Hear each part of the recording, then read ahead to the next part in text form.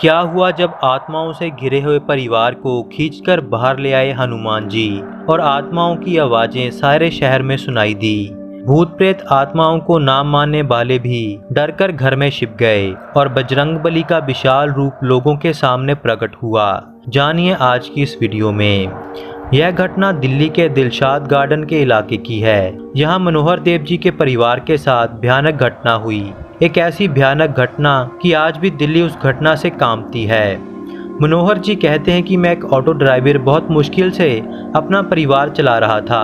एक ऑटो से ज़्यादा कितना कमा सकता है। परिवार बड़ा था और कमाने वाला मैं सिर्फ एक। लेकिन पिछले साल ही भगवान की कृपा से एक चमत्कार हुआ। शुरू से ही मुझे लॉटरी का शौक था, लेकिन लॉटरी कभी लगी नहीं।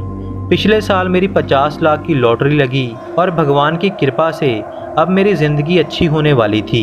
यही सोच के साथ मैं अपनी ज़िंदगी में आगे बढ़ने वाला था। आज तक मैं किराए के एक छोटे से घर में रहता आ रहा था। सबसे पहले मैंने लॉटरी के पैसों से एक घर खरीदने की सोची और दिलशाद गार्डन के इलाके की तरफ मैंने एक घर भी खरीद लिया। लेकिन वह घर हमें काफ़ी कम दामों में मिला। इलाके के जिस हिस्से में वह घर था वहाँ की कीमतें काफ़ी होने चाहिए थी, लेकिन बिल्कुल आधे दामों में वह घर हमें मिला। हमने सोचा कि अच्छा मौका है, बार बार नहीं मिलता।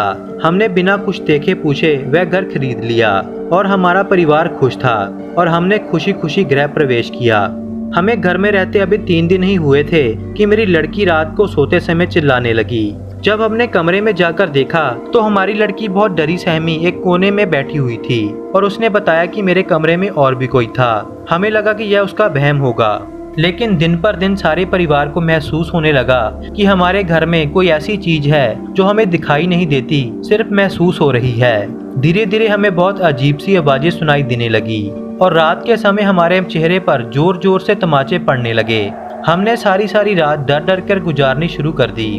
अब हम बताएं तो किसे बताएं। हमें समझ नहीं आ रहा था कि हम अब क्या करें। तभी एक दिन मैं और मेरी पत्नी सो रहे थे तो सोते समय मेरे चेहरे पर कुछ टपकता हुआ महसूस हुआ। उठकर देखा तो चेहरे पर छत से खून टपक रहा था और जब मेरे पास पड़ी अपनी पत्नी की तरफ देखा तो वह भी खून से भरी पड़ी थी। मैंने उसे उठाया और अपने बच्चों को लेकर पड़ोसी शर्मा जी के घर में गए। वह रात हमने शर्मा जी के घर पर बिताई। हमें आधी रात को अपने घर पर देखकर शर्मा जी चौंके नहीं। ऐसा बर्ताव करने लगे जैसे उन्हें पहले से ही पता था कि हम आधी रात को उनके घर पर आएंगे।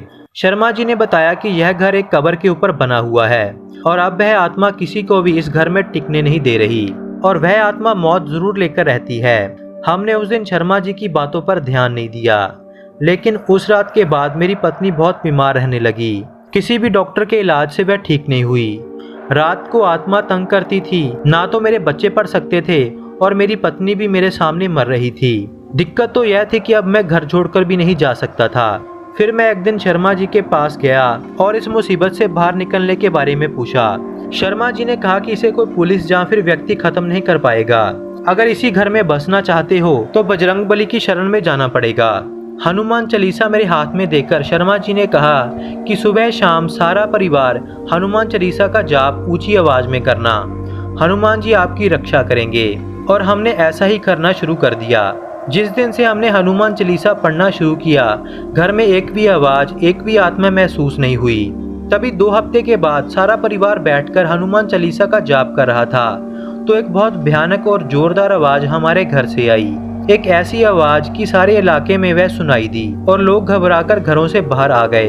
वह क्या था यह कोई नहीं जानता, लेकिन उस दिन के बाद हमारे घर पर कोई मुसीबत नहीं आई और मेरी पत्नी भी धीरे धीरे ठीक हो गई। शर्मा जी के मुताबिक वह आत्मा उस दिन घर छोड़कर गई थी, जिसकी आवाज सारे मोहल्ले को सुनाई दी थी और उस दिन के बाद से हमारे घर में हर रोज हनुमान चालीसा का जाप होता आ रहा है। साथ ही साथ मेरी पत्नी को बजरंगबली के विशाल दर्शन भी हुए थे, जिसके बाद से उसकी बीमारी भी खत्म हो गई। इस तरह से आज भी हमारा परिवार उसी घर में बिना किसी मुश्किल के रहता आ रहा है।